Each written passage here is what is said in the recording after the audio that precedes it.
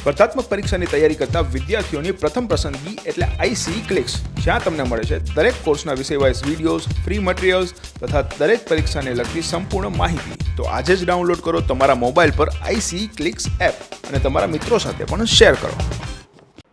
નમસ્કાર વિદ્યાર્થી મિત્રો, આઈસીની યુટ્યુબ ચેનલમાં આપ સર્વે વિદ્યાર્થી મિત્રોનું હાર્દિક સ્વાગત છે. વિદ્યાર્થી મિત્રો, આવતીકાલે રક્ષાબંધનનો પવિત્ર તહેવાર છે. રક્ષાબંધનનો તહેવાર એટલે કે ભાઈ અને બહેનનો તહેવાર. બહેન પોતાના ભાઈના લાંબા આયુષ્ય માટે જે રક્ષા માગે છે અને એના માટેનો તહેવાર એટલે કે રક્ષાબંધનનો તહેવાર. તો આઈસીની ટીમ વતી હું હર્ષિત કારિયા આપ સર્વે વિદ્યાર્થી મિત્રોને રક્ષાબંધનની શુભેચ્છાઓ પાઠવું છું.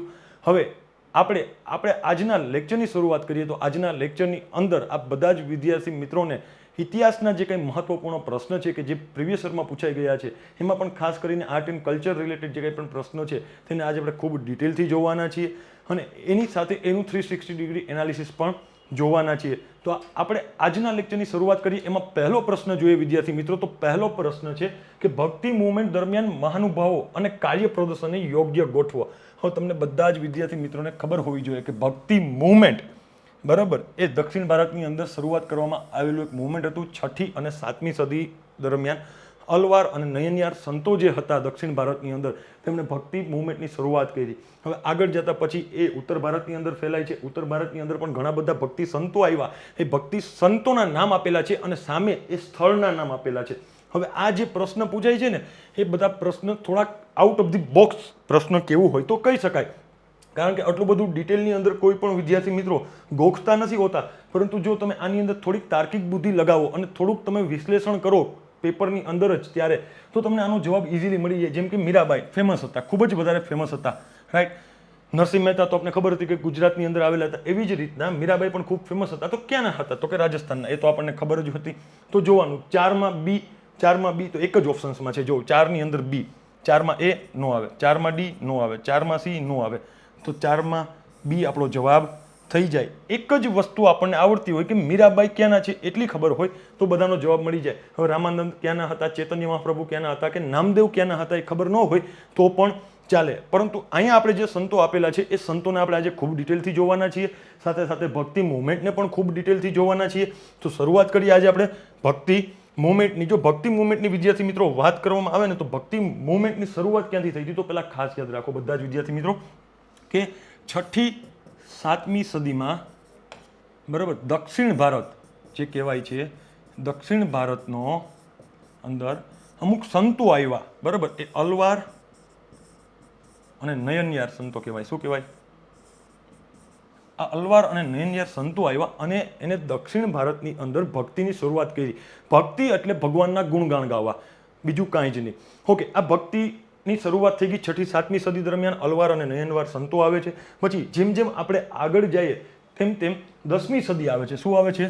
10મી સદી. 10મી સદી આવે છે ને ત્યાં સુધીમાં આ ભક્તિ જે છે એ દક્ષિણમાંથી ઉત્તર તરફ ફેલાતી હોય છે. ત્યારે 10મી સદીમાં અમુક આચાર્યોનું આગમન થાય છે. કોનું આગમન થાય છે? અમુક આચાર્યોનું આગમન થાય છે. હવે જ્યારે દક્ષિણ ભારતમાંથી ભક્તિ ઉત્તર ભારતમાં જતી હોય એટલે કે ઉત્તર ભારત બાજુ જ્યારે ફેલાતી હોય ત્યારે વચ્ચે એક રાષ્ટ્ર અથવા તો વચ્ચે એક રાજ્ય પડે છે. તમે બધા જ વિદ્યાર્થી મિત્રોને ખબર હશે, જો આપણે નકશો જોઈએ તો ગુજરાત, એની નીચે શું આવશે તો કે મહારાષ્ટ્ર રાજ્ય.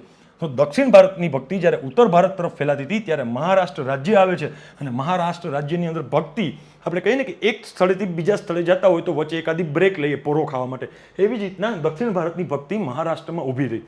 ઓકે, ત્યાં તેને વિઠોબા અને હિન્દીમાં વાંચો તો બિઠ્ઠોબા પણ કહી છે કોક.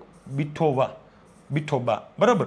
તો વિઠોબા કયો કે બિઠ્ઠોબા કયો, બંને વસ્તુ સરખી છે. એક ભગવાન હોય છે એની સ્થાપના થાય છે અને વિઠોબા જે છે એ ભગવાનની સ્થાપના કરે અને ત્યાં ઘણા બધા સંતો તેની સાથે જોડાય છે. એની સાથે ઘણા બધા પ્રકારના જે સંતો જોડાય જેમ કે રામનાથ, નામદેવ, એકનાથ, તુકારામ, આવા બધા સંતો જે છે એ મહારાષ્ટ્રની અંદર જે વિઠોબા નામની ભક્તિ એવી, વિઠોબા દેવતાને બેસાડવામાં આવ્યા અને એના પ્રત્યે જે કંઈ ભક્તિ એવી એમાં આ બધા સંતો જોડાયેલા હતા. રામનાથ છે, નામદેવ છે, એકનાથ છે, તુકારામ, તો આવા બધા સંતો મહારાષ્ટ્રમાં જોડાયેલા હતા. ઓકે, 7મી સદીની અંદર આપણે જોઈ ગયા કે અલવાર અને નયનવારના જે કંઈ સંતો હતા તેને દક્ષિણ ભારતની અંદર ભક્તિની શરૂઆત કરી. ધીમે ધીમે ઉત્તર બાજુ ફેલાતી હતી. ત્યારે મહારાષ્ટ્રમાં આવી. મહારાષ્ટ્રની અંદર વિઠોબા દેવતાની સ્થાપના કરે છે. એ વિઠોબા દેવતાની સ્થાપના કરે ત્યારે એની સાથે આવા રામનાથ, નામદેવ, એકનાથ, તુકારામ જેવા સંતો જોડાયેલા હતા, જે આગળ જતા વરકરી અને ધરકરી સંપ્રદાયની પણ સ્થાપના કરે છે. એ પણ એક સાઇડ ટોપિક છે. જ્યારે ભક્તિ મુવમેન્ટ આપણે આખું ભણીશું ત્યારે એને હું ડિટેલથી સમજાવી દઈશ. આ જે 10મી સદી આવે છે એ 10મી સદીની આજુબાજુ ખાસ યાદ રાખજો, આચાર્યોનું આગમન થાય છે. કોનું આગમન થાય છે? આચાર્યોનું આગમન થાય છે. એટલે કે 10મી સદીમાં જે આચાર્યો આવ્યા ને, એ આચાર્યોએ બે સરસ મજાના કામ કર્યા. આચાર્યો, રાઈટ, એ આચાર્યો એટલે બીજું કોઈ જ નહીં. આપણે આગળના લેક્ચરની અંદર જોઈ ગયા છીએ કે ઘણા બધા આચાર્યો આવ્યા છે કે જેમણે ભારત દેશની અંદર જે ભક્તિ મુવમેન્ટ હતું એના અંતર્ગત ઘણા બધા સુધારાઓ કર્યા. આ જે દક્ષિણની ભક્તિ હતી ને એને બે માગણી કરી હતી. કેટલી માગણી કરી હતી? તો કે બે. એક તો ધર્મમાં સમાનતા અને એક તો સમાજમાં સમાનતા. કારણ કે અલવાર અને નયનયાર જે સંતો હતા ને મિત્રો, અલવાર અને નયનયાર સંત, એમાં કોઈ જ્ઞાતિ જાતિ ધર્મના નામે કોઈ સંતો નહોતા આવ્યા. બધી જ જ્ઞાતિના બધી જ જાતિના સંતોએ દક્ષિણ ભારતની અંદર ભક્તિ મુવમેન્ટ ચલાવ્યું હતું. જ્યારે ઉત્તર ભારતની અંદર એ સમયે વર્ણ વ્યવસ્થા ખૂબ જ કઠોર હતી. કેવી હતી? વર્ણ વ્યવસ્થા હતી. વર્ણ વ્યવસ્થાના આધારે અમુક લોકોને વેદ વાંચવાનો અધિકાર હતો, અમુક લોકોને નહોતો. ગીતા વાંચવાનો અધિકાર નહોતો, રામાયણ મહાભારત વાંચવાનો અધિકાર નહોતો. અમુક વ્યક્તિઓ હતા કે જે ભગવાનની ભક્તિ ખુલ્લેઆમ નહોતા કરી શકતા. એવી વર્ણ વ્યવસ્થા હતી. અને સમાજની અંદર પણ એવું જ હતું. તો જે દક્ષિણ ભારતની ભક્તિ હતી ને ધર્મમાં સમાનતા માગતી હતી અને સમાજમાં સમાનતા માગતી હતી. પરંતુ 10મી સદીની અંદર જે કંઈ આચાર્યોનું આગમન થાય છે, એ આચાર્યોએ આ જે દક્ષિણ ભારતની ભક્તિ અને ઉત્તર ભારતની ભક્તિ વચ્ચે જે કાંઈ ડિફરન્સિયસ હતા, એટલે કે બંને વચ્ચે જે કાંઈ વિભિન્નતા હતી, એ તોડવાનો પ્રયત્ન કર્યો. અને અહીંયા આ આચાર્યો દ્વારા ધર્મની બાબતમાં સમાનતા આપવાનું કહી દીધું કે ભાઈ તમને ધર્મની બાબતમાં બધા જ લોકો સમાન. હવે કે દક્ષિણ ભારતની જે ભક્તિની અંદર જેવું ધર્મમાં સમાનતા હતી એવી જ ધર્મની સમાનતા ઉત્તર ભારતના લોકોને પણ મળશે. પરંતુ સમાજની અંદર સમાનતા આપવામાં આવશે નહીં. એટલે કે સમાજની અંદર સમાનતા નહીં આવે. તો જો દક્ષિણ ભારતની એક વાત માની લીધી આચાર્યો દ્વારા અને ઉત્તર ભારતની ભક્તિ જે સાથે જે જોડાયેલા સંતો હતો તેણે શું માની? તો કે ધર્મની બાબતમાં સમાનતા, પરંતુ સમાજની અંદર સમાનતા જે છે એ આ આચાર્યો દ્વારા દક્ષિણ ભારતની ભક્તિના જે કંઈ સંતો હતા તેને આપવામાં આવેલી ન હતી. તો અહીંયા એવું કહેવાય છે કે દક્ષિણ ભારતની જે ભક્તિ હતી ને એને કોમ્પ્રોમાઇઝ કર્યું. શું કર્યું? કોમ્પ્રોમાઇઝ કર્યું. અને પછી એ ઉત્તર ભારતની અંદર ભક્તિ ફેલાઈ છે. ઓકે, ઉત્તર ભારતની અંદર આ દક્ષિણ ભારત હતું, તો દક્ષિણ ભારતમાંથી ઉત્તર ભારતમાં ભક્તિ લઈ કોણ ગયું? તો કે રામાનંદ.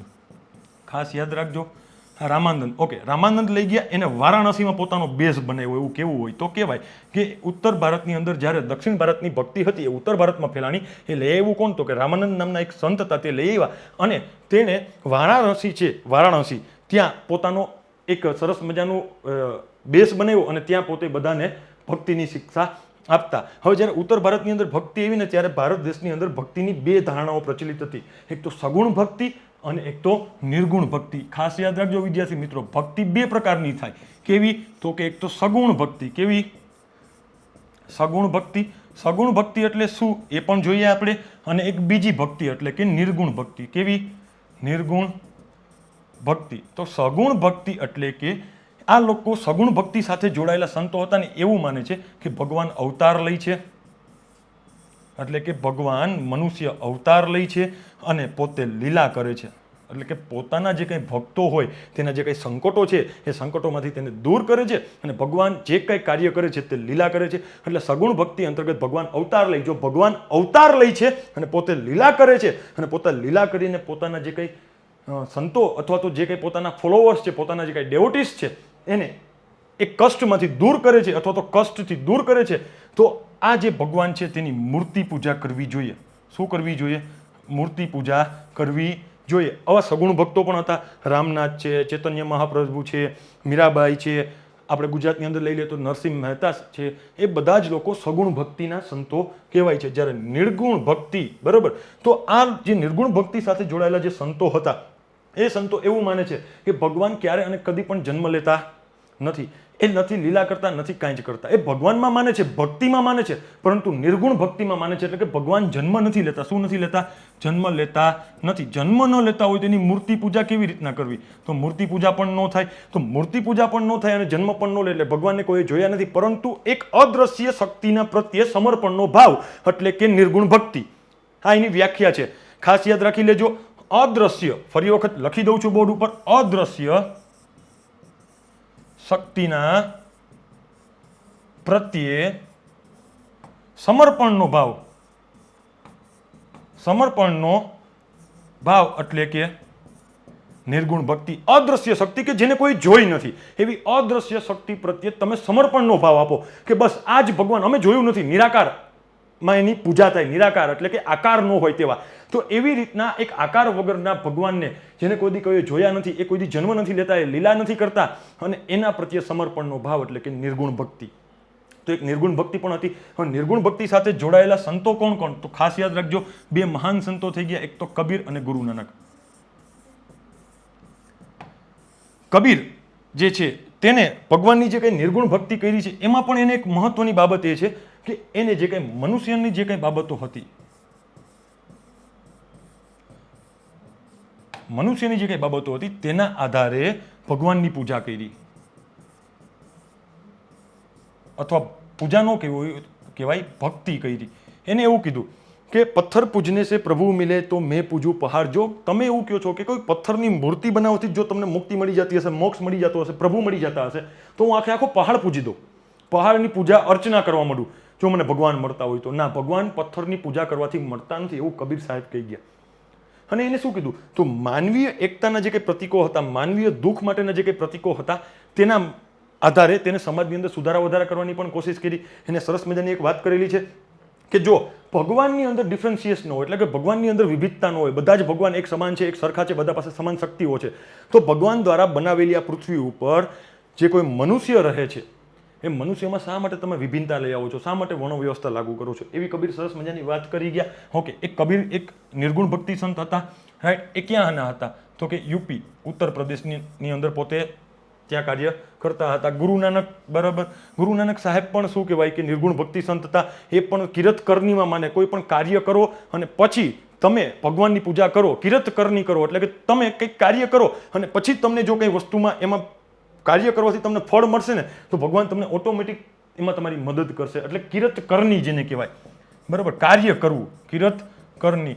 એકવાર ગુરુ નાનક સાહેબ માટેની એક સરસ મજાની વાત છે કે ગુરુ નાનક સાહેબ કોઈક જગ્યાએ કીર્તનમાં હતા, બરાબર, અને સામૂહિક અભંગોની રચના કરી અને પછી એ લોકો ગાતા. તો એ કીર્તનમાં હતા અને કીર્તનમાંથી જ્યારે બહાર નીકળ્યા ત્યારે કોઈ તમારા મારા જેવા વ્યક્તિ હોય કે જે સંતો આવે તો તેને ઘરે જમવા બોલાવવા માટે આમંત્રણ આપતા હોય. તો એવી રીતના ગુરુ નાનક સાહેબને ઘણા બધા વ્યક્તિઓએ એવું કીધું કે સાહેબ અમારી ઘરે જમવા ચાલો. તો ગુરુ નાનક સાહેબ એક વ્યક્તિના ઘરે જમવા જાય છે. એ જમવા જાય છે અને એને પૂછે છે કે આટલું બધું તમારી પાસે પૈસા છે, ધન છે, દોલત છે, ક્યાંથી આવી? તો એ વ્યક્તિએ કીધું કે મારા બાપ દાદાની દોલત છે અને હું એના ઉપર નભું છું.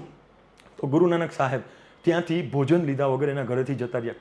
કારણ કે એને કીધું કે એ તને જે કંઈ દોલત મળી છે ને તારા બાપ દાદાએ કમાઈને તને આપી છે, તે તો આ દુનિયામાં આવીને તારું કાર્ય કર્યું જ નથી. અને જે કોઈ વ્યક્તિ કાર્ય ન કરતો હોય ને એની ઘરે ગુરુ નાનક જે છે એ વ્યક્તિ પોતે જમતા નથી. તો એ કિરત કરણીમાં માને છે, રાઈટ. તો આ પણ એક શું કહેવાય કે નિર્ગુણ ભક્તિ સંત હતા. બહુ સરસ મજાનું કાર્ય કરેલું હતું. સમાજની અંદર ઘણા બધા વસ્તુઓનું એનું યોગદાન છે. અને આ પંજાબની આજુબાજુનો જે એરિયો હતો ત્યાં પોતે સરસ મજાના કાર્ય કરી ગયા છે. તો આવી રીતના ઘણા બધા જે ભક્તિ સંતો છે એ ભારત દેશની અંદર આપણને જોવા મળે છે. આપણે જોઈ ગયા અલવાર અને નયનવાર જે કે જે દક્ષિણ ભારતના સંતો હતા, બરાબર. એવી જ રીતના આપણે જોવા જઈએ તો મીરાબાઈ છે કે જે રાજસ્થાનની અંદર કૃષ્ણને સગુણ ભક્તિમાં આવતા હતા, બરાબર. મીરાબાઈ રાજસ્થાનના હતા. એ કૃષ્ણની ભક્તિમાં એટલા બધા પાગલ થઈ ગયા કે તેને પોતાના પરિવાર, ઘર, સંસાર છોડી અને કૃષ્ણને પોતાના પતિ માની લીધો અને પોતે ઘર બહાર અને જે કંઈ રાજપાઠ હતું એ છોડીને નીકળી જાય છે. પછી આગળ જોઈએ તો નરસિંહ મહેતા પણ એ ભક્તિ માટે એટલા લીન હતા કે એની કોઈ સીમા નથી, રાઈટ. કે નરસિંહ મહેતા જે છે એ ગુજરાત રાજ્યની અંદર હું જાણીએ જ છીએ કે ગાંધી બાપુ પણ આના બહુ બધા ભજનો સાંભળતા. મીરાબાઈના પણ ઘણા બધા ભજનો હતા કે જે ગાંધી બાપુ સાંભળતા હતા. તો આ પણ એક સગુણ ભક્તિ સંત હતા અને એને ગુજરાતની અંદર સારું એવું કાર્ય કરેલું છે. એવી જ રીતના ચૈતન્ય મહાપ્રભુ એ પણ કૃષ્ણ ભક્તિ સાથે જોડાયેલા હતા અને પશ્ચિમ બંગાળ અને એના આજુબાજુનો વિસ્તાર હતો ત્યાં સરસ મજાનું કાર્ય કરેલા હતા. પરંતુ એ મુખ્ય ક્યાંના હતા? તો કે ઓરિસ્સાના હતા. તો એ પણ બહુ સરસ મજાનું કાર્ય કરી ગયા. તો આવા ઘણા બધા ભક્તિ સંતો આવી ગયા છે કે જેને ભારત દેશની અંદર ભક્તિની અંદર ઘણું બધું અને સરસ મજાનું કાર્ય કરેલું છે. તો આ પ્રશ્નનો જવાબ છે ને હવે બહુ ઇઝી થઈ જાય. જો હવે મેં તમને અહીં આપેલા બધા જ સંતોની સાથે નરસિંહ મહેતા જેવા બીજા જે કોઈ મહત્વના સંતો હતા એ પણ ભણાવી દીધા છે. પરંતુ અહીંયા એ વસ્તુ ખાસ યાદ રાખવાની કે આવો જ્યારે ક્યારે પણ પ્રશ્ન પૂછે તો હતાશ નહીં થવાનું. ચાર જે ઓપ્શન્સ આપ્યા હોય એને બહુ સરસ મજાનો વાંચવાનો. જો ચારમાંથી કોઈ પણ એક આવડતો હશે ને તો પણ કદાચ જવાબ આવડી જશે. અને એમાં પણ જે ફેમસ હશે ને એ તો તમને ખબર હોવી જ જોઈએ. જેમ કે મીરાબાઈ રાજસ્થાન, તો એ તો આપણને ખબર જ હોય, રાઈટ. પછી ભલે આપને એનો ખબર હોય કે નામદેવ મહારાષ્ટ્રમાં એવા, ચૈતન્ય મહાપ્રભુ જે ઓરિસ્સામાં આવ્યા, અને રામાનંદ ક્યાં આવ્યા, તો કે વારાણસીમાં આવ્યા. એ આપણને ન ખબર હોય તો ચાલશે, પરંતુ એક મીરાબાઈ ખબર હોય તો પણ આપને આનો જવાબ મળી જતો હતો. ક્લિયર બધા જ વિદ્યાર્થી મિત્રોને? તો હવે આ પ્રશ્નનો જવાબ બહુ ઇઝી રીતના આપી શકાય છે. નેક્સ્ટ પ્રશ્ન ઉપર આપણે આગળ વધીએ વિદ્યાર્થી મિત્રો, કે સંઘમાં રહેવાવાળા બૌદ્ધ ભિક્ષુઓ માટેના નિયમો નીચે પૈકી કયા ગ્રંથમાં આપવામાં આવેલા છે? હવે જો બૌદ્ધ ધર્મની અંદર ઘણા બધા ગ્રંથો લખાયેલા છે, પરંતુ એક ગ્રંથ એવો છે જેને ત્રિપિટક કહેવાય. શું કહેવાય? ત્રિપિટક. એ ત્રિપિટક 3 ગ્રંથોને મળીને બને. અભિધમ પિટક, સુત પિટક, પેલા એ લખીએ, સુત પિટક, અભિધમ પિટક,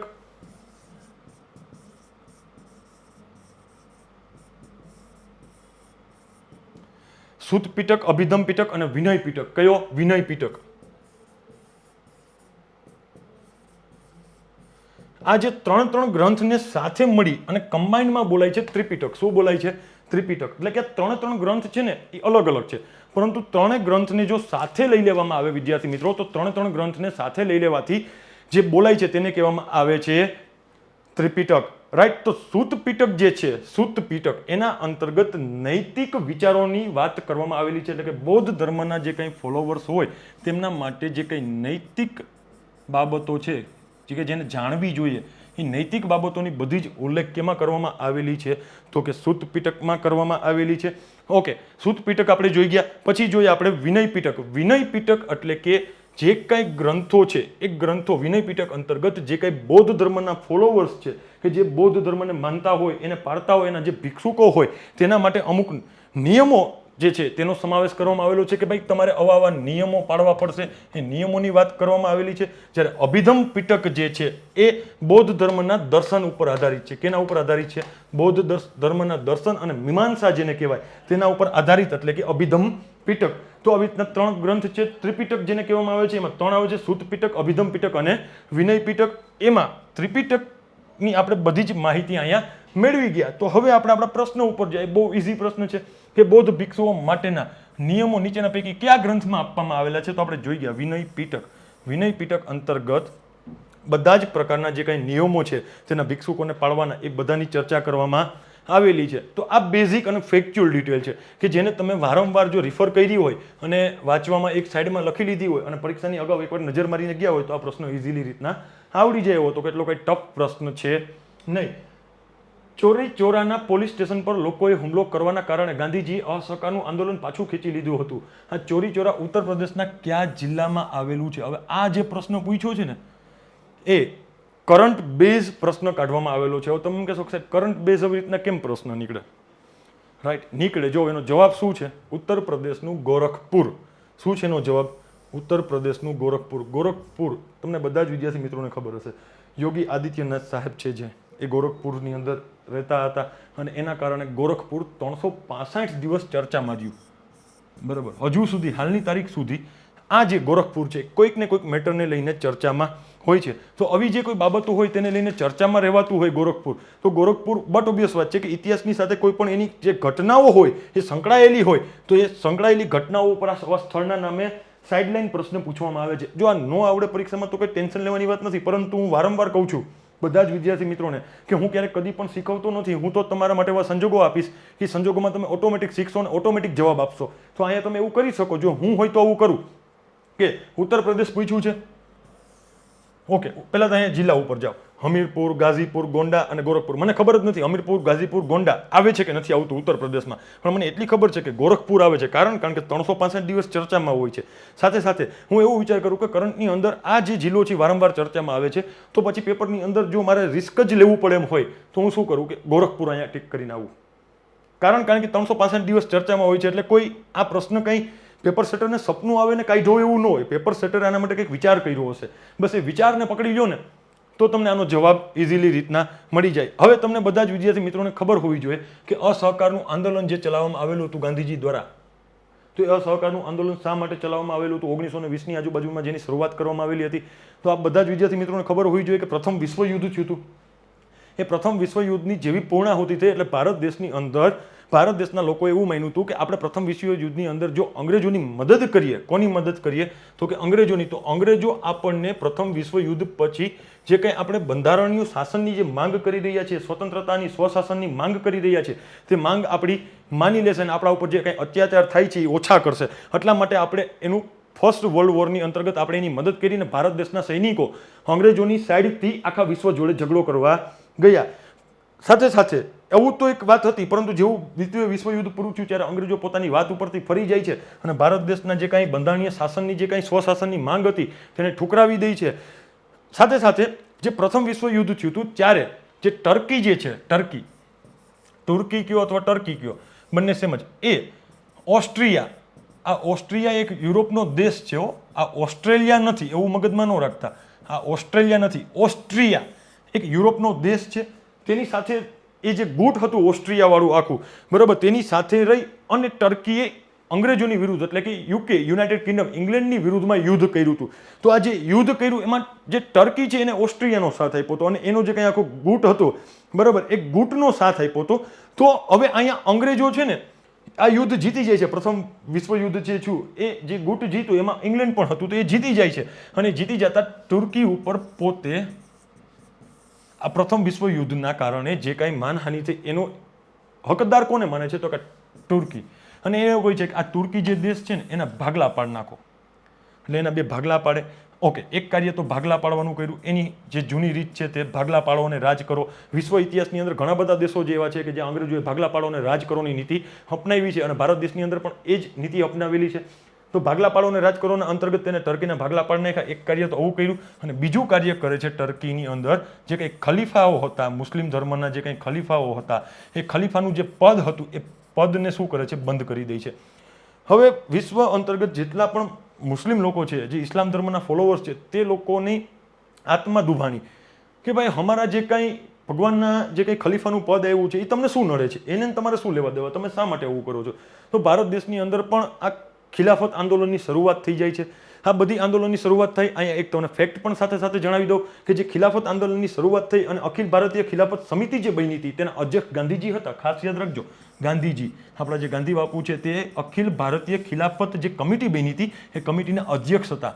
એ ભલે મુસ્લિમ ન હતા પરંતુ છતાં પણ તેને એના અધ્યક્ષ બનાવવામાં આવેલા હતા. તો એક આ કારણ પણ હતું. આના વગરના ઘણા બધા કારણો હતા કે ભારત દેશની અંદર અસહયોગનું આંદોલન શરૂ કરવું પડે એમ હતું. તો કોંગ્રેસનું જે વાર્ષિક અધિવેશન છે ને નાગપુરમાં મળે છે. ક્યાં મળે છે?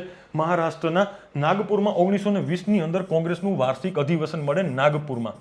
હવે નાગપુરમાં જે કંઈ મહારાષ્ટ્રના નહીં, નાગપુરમાં જે કોંગ્રેસનું વાર્ષિક અધિવેશન મળ્યું છે તે 1920માં ત્યાં ઘણી બધી પ્રસ્તાવ પસાર કરવામાં આવ્યો. પહેલો પ્રસ્તાવ પસાર કરવામાં આવ્યો કે અસહયોગ આંદોલન ચલાવશું. અસહયોગ એટલે કે અંગ્રેજોને એક પણ જાતનો સહયોગ આપીશું નહીં. હવે અંગ્રેજોને એક પણ જાતનો સહયોગ નહીં આપીએ, સાથે સાથે જે અંગ્રેજી લીકર શોપ છે, જે દારૂની દુકાનો છે, તેની બારોબાર આપણે ધરણા દેશું અને આપણે અંગ્રેજોને સહયોગ આપવાનું બંધ કરી દઈશું. આપણે વિધાનસભા જે છે, રાજ્ય અંતર્ગત વિધાન પરિષદ છે, તેનો બહિષ્કાર કરીશું અને આપણે બધી જ જગ્યાએથી રાજીનામું દઈ દઈશું. આપણા જે કંઈ ભારત દેશના કર્મચારીઓ છે, જે અંગ્રેજોની અંતર્ગત જે સરકારી કર્મચારીઓ છે, તેને પણ પોતાની નોકરી, ધંધા, રોજગાર છોડી દેવાના, અંગ્રેજોનો કોઈ પણ જાતની ગુલામી કરવાની નહીં. અને ઘણી બધી રીતના અલગ અલગ રીતના આપણે આનો વિરોધ કરવાની શરૂઆત કરી અસહયોગ આંદોલન અંતર્ગત. ગાંધીજીને આ અસહયોગ આંદોલનની આખી રેખા આપી દીધી કે ભાઈ ગાંધી બાપુ જેમ કહીને તેવી જ રીતના આ અસહયોગ આંદોલન આપણે ચલાવવાનું છે, એવી વાત થઈ. સાથે સાથે આ જ નાગપુર અધિવેશન અંતર્ગત એક બીજો ઠરાવ પસાર કરવામાં આવે છે, જે ખાસ યાદ રાખજો બધા જ વિદ્યાર્થી મિત્રો. અત્યાર સુધી ભારત દેશની અંદર જે કંઈ કોંગ્રેસ હતી એ કોંગ્રેસ એવું માનતી હતી કે આપણે બંધારણ અનુસાર, કોંગ્રેસનું પણ બંધારણ હતું, એ બંધારણ અનુસાર આપણે સ્વશાસન જોઈએ. કેવા અંતર્ગત સ્વશાસન જોઈએ, પરંતુ કેવી રીતના? તો કે બંધારણીય રીતે, કે બંધારણની અંદર જે કંઈ ઉલ્લેખ કરેલો હોય અને બંધારણીય રીતે એટલે કે આપણે કોઈ પણ જાતની હિંસા કર્યા વગર આપણે જે સ્વશાસન જોઈએ છે એ બંધારણીય સ્વરૂપે જોઈએ છે. અને એના પર એવી વાત કરવામાં આવી. પરંતુ આગળ જતા આ જ અધિવેશનની અંદર એક બીજો ઠરાવ પસાર કરવામાં આવે અને એમાં એવું કહી દેવામાં આવે કે હવે ન્યાયપૂર્ણ રીતે આપણે સ્વશાસન મેળવીશું. ન્યાયપૂર્ણ અને શાંતિપૂર્ણ રીતે સ્વશાસન મેળવીશું. તો આટલો બદલાવ કર્યો. હવે જેવો બંધારણીય રીતે જે આપણે સ્વશાસનની વાત કરતા હતા એમાંથી આપણે આવી રીતના બદલાવ કર્યો બંધારણની અંદર અને એવું લખ્યું કે ન્યાયપૂર્ણ અને સ્વશાસનના રૂપે આપણે અંગ્રેજો પાસેથી સ્વશાસન મેળવીશું. આટલો બદલાવ કર્યો, એનો વિરોધ થયો અને વિરોધ થયો એટલે કે એની બેસન્ટ જેવા કે નેતાઓ હતા એ બધા જ લોકોએ કોંગ્રેસનો વિરોધ કર્યો, અમુક 4-5 મહત્વના નેતાઓએ, અને તે કોંગ્રેસ છોડીને જતા રહી છે આ સમય દરમિયાન કે અમારે બંધારણીય રીતના જો તમારે સ્વશાસનની માગણી કરવી હોય તો જ અમારે તમારી સાથે રહેવું છે, બાકી અમારે તમારી સાથે રહેવું નથી. આ બધી એક વસ્તુ ચાલતી હતી. અસહયોગ આંદોલનની શરૂઆત થઈ જાય છે. ઉત્તર પ્રદેશના ગોરખપુરની અંદર ચોરાચોરી જે કંઈક ગામ હતું ત્યાં ભારતીય લોકો દ્વારા લીકર શોપની વિરુદ્ધમાં શાંતિપૂર્ણ એક સરસ મજાનું આંદોલન ચલાવાતું હતું અસહયોગ, કે ભાઈ એની સામે હડતાલ ઉપર બેઠા હતા બધા જ લોકો, અને એ સામે લીકર શોપ હતી, દારૂની દુકાન હતી, બરાબર. તો આ જે દુકાનની બારોબાર રીતના એ લોકો શાંતિપૂર્ણ અસહયોગ આંદોલન ચલાવતા હતા કે ભાઈ તમે આ બંધ કરી દો, આ બંધ કરી દો, આ ન ચલાવવું જોઈએ, આ ભારત દેશના સમાજની વિરોધમાં છે દારૂની દુકાન, આ તે વોટેવર. તો અંગ્રેજોએ આમાંથી એકાદ વ્યક્તિને લાકડી મારી લીધી. હવે એ વ્યક્તિએ ગુસ્સામાં આવી અને અંગ્રેજ અધિકારીએ માથાકૂટ કરી. એ માથાકૂટ વૈધી એટલે સામે સામે બે ગુટ થઈ ગયા અને અંગ્રેજોને એ જ જોતું હતું કે આપણે થોડીક એક દિવાસળી મૂકીએ, પેટ્રોલ તો ઓટોમેટિક આપણી પાસે છે જ, નાખી જ દેશું.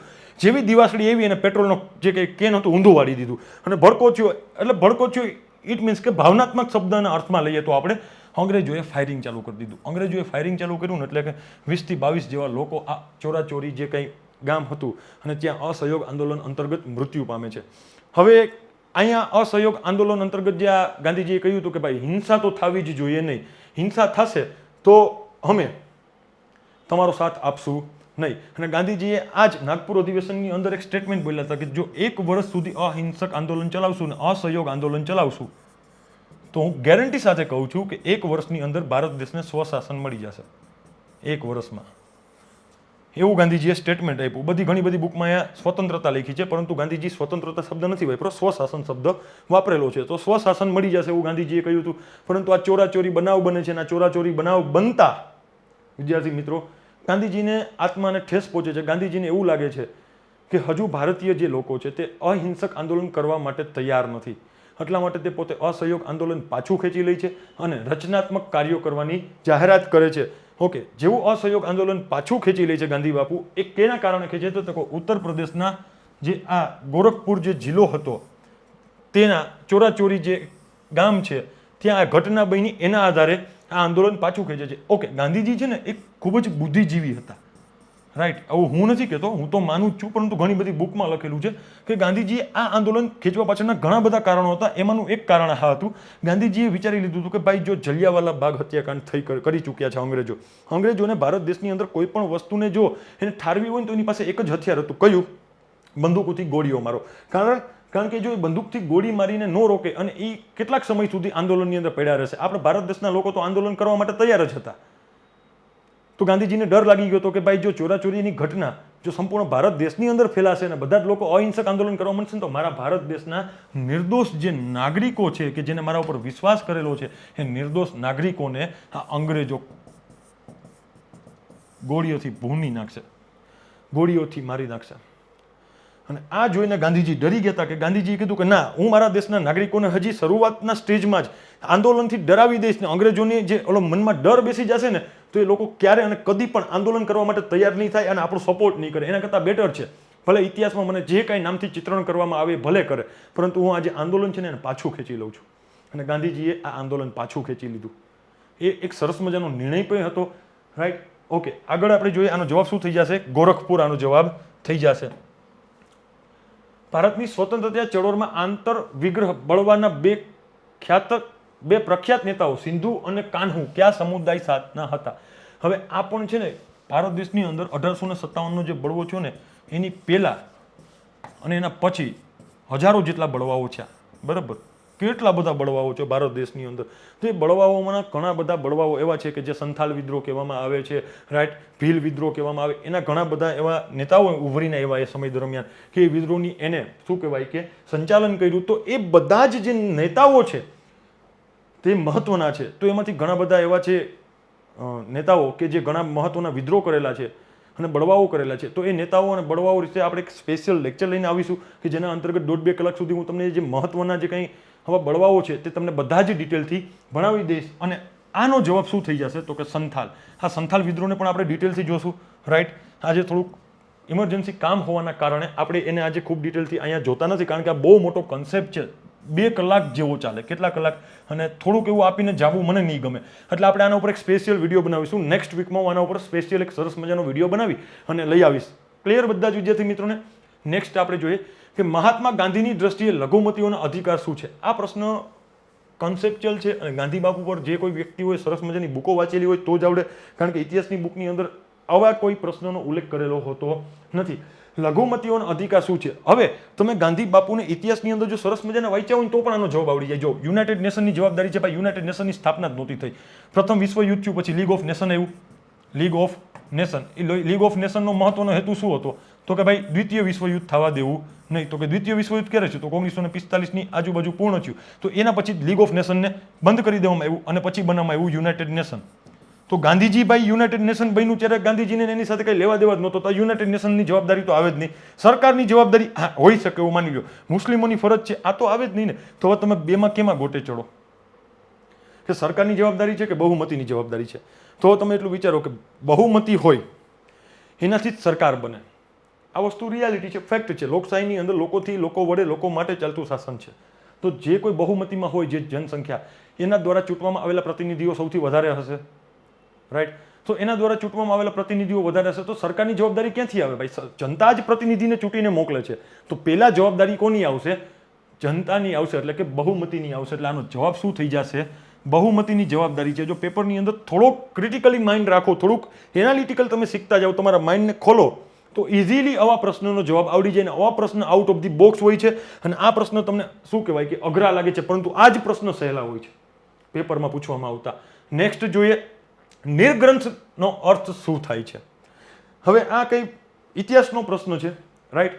હવે નિર્ગ્રંથ જે છે, હવે તમે એનો શબ્દ તોડો, જોડણી છૂટી પાડો. નિર અને ગ્રંથ એટલે કે તમારી જે કંઈ સ્વાદ ગ્રંથિઓ છે, શ્વસન ગ્રંથિઓ છે, એનાથી તમે છુટકારો મળે. નિર્ગ્રંથ એટલે કે એનાથી તમે બંધનમાંથી મુક્ત થઈ જાઓ.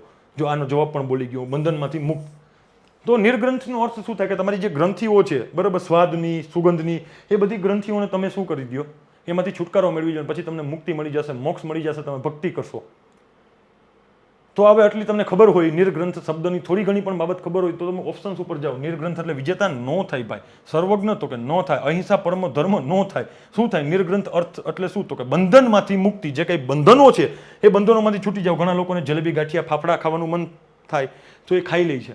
તો એ ગ્રંથિના સ્વાદ માટે જ ને, મોઢાના સ્વાદ માટે જ ખાઈએ છીએ ને. ઘણા લોકોને અમુક પરફ્યુમ પસંદ આવતા હોય, એ પરફ્યુમ રેગ્યુલર બેસિસ ઉપર યુઝ કરે છે. કાં તો કે સુગંધ આવે, સ્વાદની સુગંધ આવે તો સુગંધ માટે એ લોકો યુઝ કરતા હોય છે. ઘણા લોકોને એક્સરસાઇઝ કરવી ગમતી હોય, ઘણા લોકોને ઘણા બધા પ્રકારના અલગ અલગ પ્રકારના શોખ હોય, તો એ બધા ગ્રંથિઓ સાથે જોડાયેલા હોય ને. ઘણા લોકોને સોંગ સાંભળવા ગમતા હોય, ઘણા લોકોને સારા સારા મોટિવેશનલ મૂવી, સારા સારા વિડીયો જોવા ગમતા હોય. તો ક્યાંક ને ક્યાંક તમારા બંધન, તમે જે ઈચ્છાઓ છે, ઈચ્છાઓથી તમે ક્યાંક ને ક્યાંક વસ્તુ સાથે જોડાયેલા છો, એમાંથી તમે મુક્ત થઈ જાઓ તો તમે શું થઈ જાઓ? બંધનમાંથી મુક્ત થવું. એ જ નિર્ગ્રંથ શબ્દનો અર્થ શું થાય? તો કે બંધનમાંથી મુક્ત થવું, તે અર્થ થાય છે. ઓકે, નેક્સ્ટ જોઈએ, સ્યાદવાદનો સિદ્ધાંત કયા ધર્મ સાથે સંકળાયેલો છે? હવે ભારત દેશની અંદર બે મહત્વના ધર્મ છે, એક ખાસ યાદ રાખી લ્યો આજે, જૈન ધર્મ અને બૌદ્ધ ધર્મ. મહાજનપાદ કાળ દરમિયાન ભારત દેશની અંદર 62 જેટલા નવા ધર્મની ઉત્પત્તિ થઈ. એમાંથી 60 જેટલા ધર્મ એવા હતા કે જેની ઉત્પત્તિ થઈ અને એ ભારત દેશની અંદર જેવી ઉત્પત્તિ થઈ એવા થોડાક સમયની અંદર જ પાછા ક્યાં ખોવાઈ ગયા એ ખબર નથી, પરંતુ 62માંથી 2 ધર્મ એવા છે કે જે વિશ્વવ્યાપી ધર્મ બન્યા. એમાં પણ સૌથી મોટો ધર્મ કોઈ બન્યો હોય તો બૌદ્ધ, અને બીજો હતો જૈન. આ બે ધર્મનો શ્રેય ભારત દેશની ધરતીને જાય છે કે જ્યાં આ બે ધર્મની ઉત્પત્તિ થઈ, બૌદ્ધ અને જૈન. તો આ બે જે ધર્મ છે ને, કોઈ પણ પરીક્ષા હોય, ક્લાસ 1, 2 લઈ લો કે ક્લાસ 3 લઈ લો કે લોઅર ક્લાસ 3 લઈ લો, કોઈ પણ પરીક્ષા હોય એમાં જૈન ધર્મ અને બૌદ્ધ ધર્મ રિલેટેડ 2 કે 3 પ્રશ્નો હોય ને હોય. આ મગજમાં રાખી લેવાનું. કોઈ પણ પરીક્ષા દેવા જતા હોય એમાં આર્ટ એન્ડ કલ્ચર હોય સબ્જેક્ટમાં, તો આ જૈન ધર્મ અને બૌદ્ધ ધર્મને ગોખી જ નાખવાના. આના ઉપર આપણે 2 સરસ મજાના વિડીયો બનાવેલા પણ છે. આઈસની જે યુટ્યુબ ચેનલ છે, આઈસ રાજકોટ ઉપર મેં જ બનાવેલા છે અને મેં જ મૂકેલા છે. તમે બધા જ વિદ્યાર્થી મિત્રો આ 2 વિડીયો જોઈ લેશો એટલે બૌદ્ધ ધર્મ અને જૈન ધર્મ રિલેટેડ કદી પણ અને ક્યાંય પણ પરીક્ષામાં ગમે તેવો પ્રશ્ન પૂછાય તમે પાછા નહીં પડો, બરાબર. આજે હું આની જે વિડીયો છે એની ડિસ્ક્રિપ્શન બોક્સમાં આ જૈન ધર્મ અને બૌદ્ધ ધર્મના જે મારા લેક્ચરો છે તેની લિંક પણ મુકાવી દઈશ. અને તમે ચિંતા કરતા નહીં, તમે વિડીયો ત્યાં, આ વિડીયો પૂરો થાય પછી એ બંને વિડીયો પણ જોઈ લેજો, કારણ કે રવિવારના રોજ આપણે વિડીયો જે છે તે હોતો નથી, એટલે મીન્સ કે ક્લાસ હોતો નથી. તો આપણે આ બૌદ્ધ ધર્મ અને જૈન ધર્મને રવિવાર રક્ષાબંધનના દિવસે આપણે જોઈને આવવાનો ટાર્ગેટ રાખીએ છીએ. બધા જ વિદ્યાર્થી મિત્રો જોઈને આવજો અને કમેન્ટમાં પણ જણાવજો નેક્સ્ટ લેક્ચરમાં કે તમને કેવા લાગ્યા આ બંને વિડીયો. બૌદ્ધ ધર્મ અને જૈન ધર્મ. ઓકે, તો આ બૌદ્ધ ધર્મ અને જૈન ધર્મ ઉપર બધી જ પરીક્ષામાં 1-2 પ્રશ્ન હોય છે. હવે એ છે ને એના ઘણા બધા સિદ્ધાંતો છે. જેમ કે બૌદ્ધ ધર્મ છે તો એને ઘણા બધા સિદ્ધાંતો આપેલા છે. નૈરાત્મવાદનો સિદ્ધાંત આપેલો છે. આગળ જતા એને શું કહેવાય કે દુઃખદવાદનો સિદ્ધાંત આપ્યો. આ પ્રશ્ન પણ જીપીએસસીમાં પૂછાઈ ગયો કે દુઃખદવાદનો સિદ્ધાંત કયા ધર્મ સાથે જોડાયેલો છે, તો કે બૌદ્ધ ધર્મ સાથે. દુઃખ છે, દુઃખનું કારણ છે, દુઃખના નિવારણ છે, દુઃખના નિવારણ માટેના ઉપાયો છે, આવી એક બાબત કરી ગયા છે. એવી જ રીતના જૈન ધર્મ છે, એ જૈન ધર્મએ સ્યાદવાદનો સિદ્ધાંત આપેલો છે. સ્યાદવાદનો સિદ્ધાંત આપેલો છે. તો આ અત્યારે હું સ્યાદવાદનો સિદ્ધાંત અહીંયા ખૂબ ડિટેલમાં ભણાવતો નથી. કારણ કે મેં આ જે જૈન ધર્મ ભણાવેલો છે એમાં જૈન ધર્મ અંતર્ગત બધી જ વસ્તુઓ ભણાવેલી છે અને એમાં સ્યાદવાદનો જે સિદ્ધાંત છે એ મેં ખૂબ જ સરસ મજાનો ડિટેલથી ભણાવેલો છે કે ગાંધીજી પણ એનાથી પ્રભાવિત હતા. સત્ય એક નથી, એકથી વધારે છે. તમે જે સાંભળો છો, તમે જે જોવો છો એ ક્યારેક સત્ય હોતું પણ નથી, એ અર્ધ સત્ય પણ હોઈ શકે છે. તો એ બાબતમાં મેં બહુ સરસ મજાના એક્ઝામ્પલ આપી અને સરસ મજાનું ભણાવેલો છે સ્યાદવાદ. તો તમે બધા જ વિદ્યાર્થી મિત્રો એ વિડીયો જોઈ લેજો. રાઈટ. આનો જવાબ શું થઈ જશે કે સ્યાદવાદનો સિદ્ધાંત કયા ધર્મ સાથે સંકળાયેલો છે, તો કે જૈન ધર્મ સાથે. જો શીખ ધર્મ અને ભાગવત ધર્મ તો આવશે જ નહીં. બૌદ્ધ ધર્મ અને જૈન ધર્મની વચ્ચે કન્ફ્યુઝન હોય તો એનો જવાબ શું થઈ જશે? જૈન ધર્મ. ક્લિયર બધા જ વિદ્યાર્થી મિત્રોને? તો આ જે પ્રશ્ન છે સ્યાદવાદનો સિદ્ધાંત કેની સાથે સંકળાયેલો છે તેનો જવાબ થશે જૈન ધર્મ. આજના લેક્ચરમાં આપણે આટલું રાખીએ છીએ. હું આશા રાખું છું આ બધા જ વિદ્યાર્થી મિત્રોને આ વિડીયો પસંદ આવ્યો હશે. લાઈક કરો, શેર કરજો, સબસ્ક્રાઇબ કરજો. જય હિન્દ, જય ભારત.